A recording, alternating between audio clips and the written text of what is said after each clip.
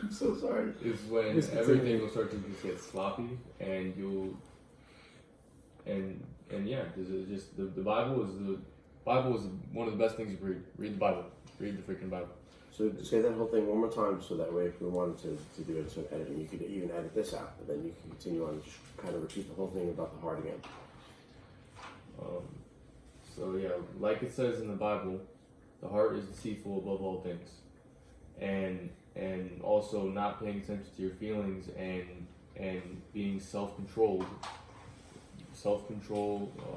Love, joy, peace, patience, kindness, goodness, faithfulness, gentleness, and self-control. Those are all the fruits of the Spirit, and each one of them is as good as the other. And just not letting your feelings control you, because the moment you let your feelings control you, and you just think mindlessly with what your body and your flesh is telling you to do, then that's when a lot of things will go wrong in your life, and stress and worry and anxiety will happen. And having control over yourself is very, very important in life and in every situation. What are some of the things that we talk about on a regular basis that are distractions to you guys, or to anybody? But this is something that I even had issues with when I was younger, and I tried to face and stop. You remember a couple of things that I talk about all the time? Yeah, I think Aaron said a couple of them: lust of the eyes, lust of the flesh, and I think Aaron said the other one. Pride of life. The pride of life. Pride of life. Yeah, but what are some specific things that we talk about on a regular basis that most kids do nowadays that we are trying not to do as much? A lot. For example, like all this stuff with all these kids, they're like acting all these other people, and like teenagers in general, they're going like crazy and acting like stupid, and they're all going out and like drinking and everything, and like just all this stuff. I know it's like the basic stuff, but it's like serious, and people don't actually realize that. So one of the things is on the social aspect, right? So whenever I've experienced things with any of my kids, I start to kind of categorize issues where I see that problems are emerging. And one issue is on the socialization thing, when you're being too free and too loose, and there's no rules, and there's no whatever you want to do, and then everybody just starts doing all these really lewd things, and it ends up bringing them in the wrong direction. And then the other thing, Ryan, can you think of the other thing that is something I talk about all the time that I want you guys to make sure you be careful not to spend too much time on? Video games and the electronics. Yep. And even though I do spend a good amount of time on them myself, I do say that there's better things that myself and especially other people could be doing, rather than sitting on the game for 18 hours a day and getting barely any sleep, and then just doing the same thing the next day. Going outside, working out, going for walks, looking at nature, and doing all these other things that are actually, it's good for your brain, it's good for your eyeballs, not just staring at a screen all freaking day. And it's just healthy to get out and get outside too. Like, I encourage that a lot, to get outside and maybe sit outside for like an hour and look at the trees, look at the sky, look at everything that God has created, because there's only so much, how long it's going to be here, and all these different things too. Another thing is trying to be creative. A lot of people don't take the step, and that's what we're doing today, is taking the step to be creative and do our own thing, start creating our own content, and start going in the right direction. And even if it's a small step today, not necessarily any specific topic, but hitting some things. And this is why we're putting this together, and going to try to put a good message out there, and that we are doing our best to follow as much as we can according to the letter of the law, the Word of God. And that does make a difference in our lives, and it really helps us to stay focused on the right things. It's very difficult. And that's another reason why a lot of people don't do it. And we were in church today, and the pastor was talking about that exactly. And how, being a follower of Jesus Christ is not a simple, easy thing. It is not at all. And it takes a lot of guts, and it takes a lot of you're going to experience a lot of peer pressure, and you have to leave things behind, right? And you have to be ready to move forward and just do things, the hard thing. And a lot of people don't want to do that hard thing. And they don't want to do the right thing. They just want to do what feels good to them. And usually that thing that makes you feel good is just gonna rock you right to sleep like a baby. And a lot of people are full-grown babies walking around in their teens and their 20s and their 30s, and they never grew up, and they never did anything. They never pushed harder, and they never sought righteousness and justice and to do the right thing and to act and be appropriate.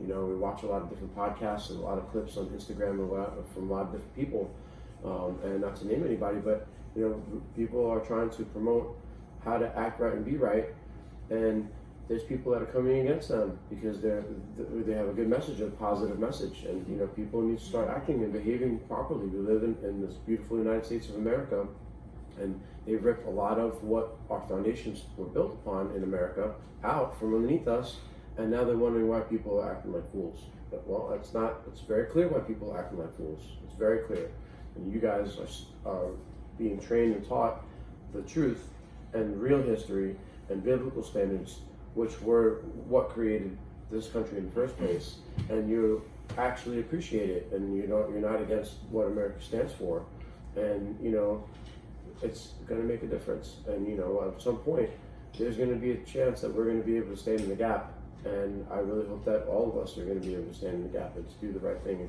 and to stand up for what's right, because even freedom of speech is getting attacked. You know, the freedoms of protecting ourselves are getting attacked on a steady basis as well, with the like, you know, anti-gun laws that are coming out and all this stuff. And it's like, no, there's things that are in the place that have been established in our Constitution and our amendments for a reason, and we have to remember all those things while we're also fighting for our own personal freedoms and to make sure that we're not getting stuck and pulled into a bad direction, because you can very easily fall into a pit. And so when we get an assortment of people, whether it's one or two or three of us, and we were talking about it earlier today as well, is to stay close and to stay focused and to make sure that we're pulling each other along, because if we stay focused and we stay close, nothing's going to stop us. And so, you know, try to find someone that you can trust, and if it's a family member or a friend, and try to build a relationship with them, and try to set up goals and not get stuck in this run of video games. And friends are good to have until they're stopping you from doing the thing that you need to do. And so the same thing for video games. That, you know, I don't mind playing a little bit here and doing something like that. It's nice when you've had a lot on your mind and you're just trying to bug out and just chill. But then you got to stop and you got to face the reality and you got to do the right thing. And a lot of people I've seen about anxiety, they all of a sudden they become anxious about something, and most of the time it's because they're not doing the thing that they're supposed to be doing. They didn't spend the 2 or 3 hours doing what they need to do. Now they're trying to make up for it, and now they have anxiety, and now they want to go back and play video games because they're anxious. Well, if you stopped the cycle and did what you needed to do for 2 or 3 hours, then you'd have everything in place and the anxiety wouldn't be there. So a lot of what I show you guys is being proactive and being ahead of the curve and having the right preparation. And look at you guys now, you know. And being prepared for what life is going to throw at you also is definitely a very, very good thing to have in mind, especially since if you're a younger person getting ready to go into, you know, the bigger world and stuff. And I myself haven't gone yet, but I know, and I'm preparing myself to get ready to go out on my own and be a man. And preparing yourself for the anxiety of life and the pain and everything. And you must know that it's going to come. There's no stopping it. There's going to be pain in your life. There's going to be anxiety. There's going to be times where you feel like nothing's going to work. There's going to be times where you feel like just quitting everything, stopping everything, letting everyone go, and all that. And you have to be prepared for it, because it's going to come. One time in your life it might have already came, but it's going to happen, and you have to be prepared for it, because that's just how life is. It's inevitable. To add to the video game and the foolishness thing that you guys were saying, is the video games and everything is you know, whatever the case may be, when the day comes that you know, whether it's a sickness or anything, the day comes that then you're gonna die. You might look back and be like, dang, I could have been out there reading the Bible, praying, doing other stuff, like Aaron said, like looking at nature, going outside, working out, like looking, you know, I don't know, like go, like there's so much stuff you can do with your whole entire life. And then I bet you there's people who've been in that situation already, with saying, like, looking back and being like, dang, I could have done that, and I could have been that person. We're seeing people on the internet. Like, dang, I could have, I could have been one of those people. Now I'm here, and it's gonna be hard to make your way back up there. But a lot of people have gotten out of that situation, and now I bet you they've got a good family and everything. And the foolishness and everything, a lot of it is video games. A lot of people, and when they do that, most teenagers and like 20-year-olds and everything, a lot of people are playing video games, and some people surprisingly aren't like being fools with playing video games and everything, and they're actually smart people. But that's not most of the time. That's not the case, and and it sucks because a lot of people don't know how to keep their a smart mindset and keep their normal selves like normal and keep their mind firm, and they just let themselves get sucked into the giant hole of gaming and everything. Yeah, it's like a whole whirlwind, and worse, it's a whirlpool. Once you start getting sucked in, that's it. You're getting sucked into the whirlpool, and it's hard to get out of it. And so once you start realizing what you need to do, and you need to start getting out, then you need to start looking for help. And sometimes you need help from a friend or a family member that'll help pull you out. But it's a whole thing. I remember, being your guys' age, and I was getting deep into the video games by 12, and then by 15, it just started to realize that people that were in that age group were losing some of the senses that they should have had. They should have been smarter. They should have been more personable. They should have been more focused in school. They should have had better things. And then a couple of friends and myself, we started to get more focused again. And then we went and we got our learner's permits and our driver's licenses right at the moment that we could. And then we were ahead of the curve. And then now we had our first job, and then we were starting to make money. And I bought my first guitar, my first job, that was $600 right away. So you start seeing the value in that, and you start wanting to be a big dog. It's like, who wants to sit back and live with your parents for the whole rest of your life?